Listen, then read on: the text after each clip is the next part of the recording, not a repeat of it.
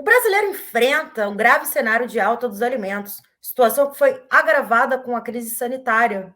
Tornou-se comum ver o cidadão indo ao supermercado comprar apenas o essencial para fazer as refeições do mês e, ao checar os preços na prateleira, fazer substituições de produtos por conta dos elevados preços, ou até mesmo abrir mão de certos itens para que consiga pagar a conta no caixa. Entre os principais fatores que influenciam a escalada dos preços estão a inflação e a taxa de juros aplicada pelo governo, em constante alta desde 2021. A categoria de alimentos e bebidas foi uma das que sofreu maior impacto para o IPCA 15, Índice de Preços ao Consumidor Amplo, no mês de maio. A variação foi de 1,52% na prévia para a inflação do mês.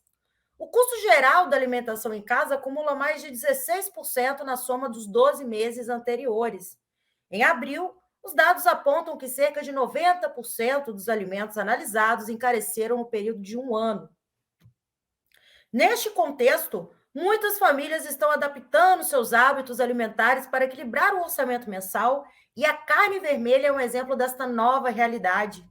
O item constantemente consumido pelos brasileiros subiu mais do que o dobro da inflação nos últimos 2 anos, segundo o levantamento feito pelo Instituto de Pesquisa Econômica Aplicada, o IPEA.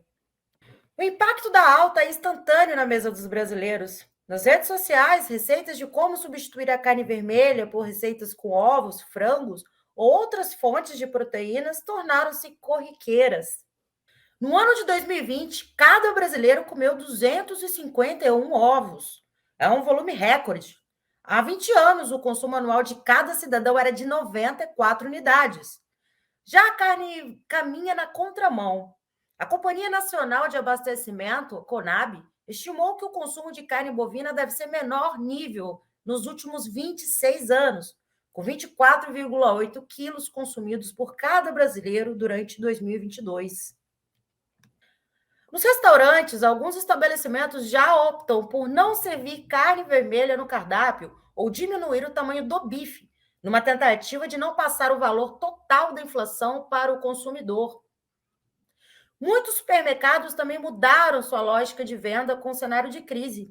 Nas prateleiras há bandejas com restos de alimentos, como bandejas com frios, feijão fora do tipo, além de carcaças de frango e boi, que anteriormente eram doados pelos donos dos estabelecimentos à população mais vulnerável. Os consumidores também procuram por alternativas, como soro de leite para substituir o leite integral, item que pode custar até R$ 10 em algumas regiões do país. Mas quais fatores justificam a inflação tão alta sobre os alimentos? O economista José Luiz Oreiro aponta alguns aspectos do cenário mundial. Esse aumento da inflação é mundial. Bom, por que está acontecendo esse aumento mundial da inflação? Bom, esse aumento mundial da inflação está ocorrendo ainda como desdobramentos da pandemia da Covid-19, que desorganizou as cadeias de abastecimento e principalmente de logística de transporte. Né? Muitas empresas de container ou de transporte marítimo faliram. Né? De quando em quando a China também fecha os portos devido a surtos isolados de Covid.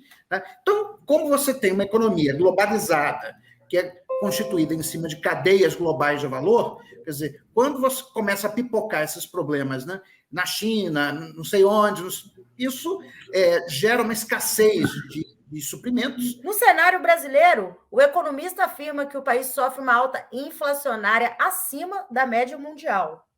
Então, essa é a questão específica do caso brasileiro. Né? O que nós temos no caso brasileiro? Bom, temos um problema que não foi resolvido no plano real. Né? Por isso que eu denomino o plano real de estabilização incompleta. Que problema é esse? Você ainda tem reminiscentes de indexação de preços. Né? Vou te dar um exemplo bem claro. Quer dizer, os aluguéis, né, de apartamentos e lojas são indexados ao IGPM, que é o Índice Geral de Preços de Mercado. Né? Bom, o IGPM tem um conteúdo, ele acompanha muito proximamente a taxa de câmbio. Então, como o câmbio se desvalorizou ano passado, nos 3 primeiros meses do ano, em mais de 40%, ele passou de 4,10, foi para 5 e bordoada 5,50. Né? Então, isso pressiona o IGPM. Né? Ao pressionar o IGPM, você aumenta a inflação de aluguéis.